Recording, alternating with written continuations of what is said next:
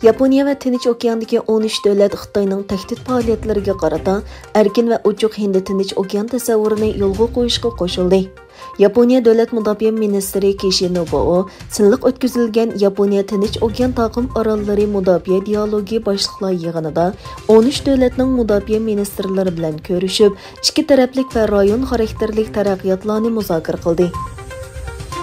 Amerika Tashqi ishlar ministri Antony Blinken Qatar va Turkiya bilan yaqindan hamkorlashib, Afg'onistonning poytaxti Kabuldagi Hamid Karzai xalqaro aerodromini tezdan ichib yetadiganligini e'lon qildi.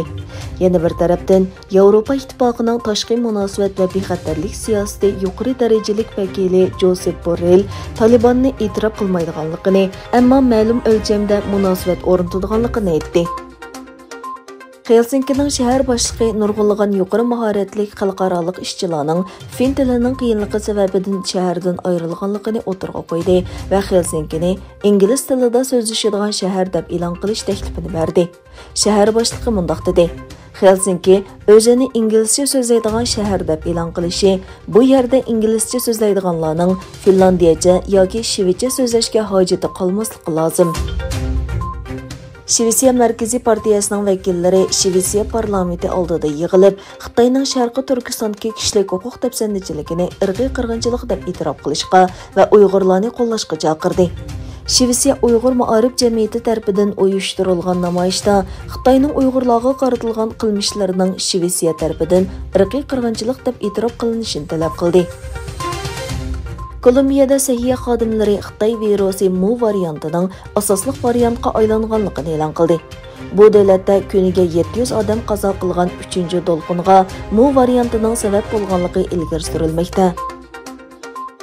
Afg'onistonda yangi hukumat tashkil qiladiganligi mo'ljallangan Talibanning Qatardagi siyosiy ishxonasining muavin raisi Abdulsalom Hanafi tunugun Xitoyning muavin diplomatiya ministri Wu Jianhao bilan telefonlashganda Xitoyning bir balvoq bir yo'l turini qo'llaydiganligini bildirdi.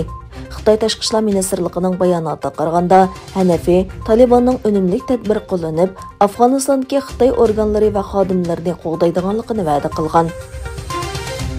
Turkiyalik tanarketchilar Tokio 2020 Miyipla Olimpik tanarket musobaqasida medal sonini 15 ga ko'paytdi. Buning bilan Turkiyaning Olimpik musobaqa tarixidagi medal sonini 38 ga yetkazdi. Tokio Miyipla Olimpik musobaqasining 10-kunida Golbol ayollar davlat komandasi Turkiyaga oltin medal elib keldi.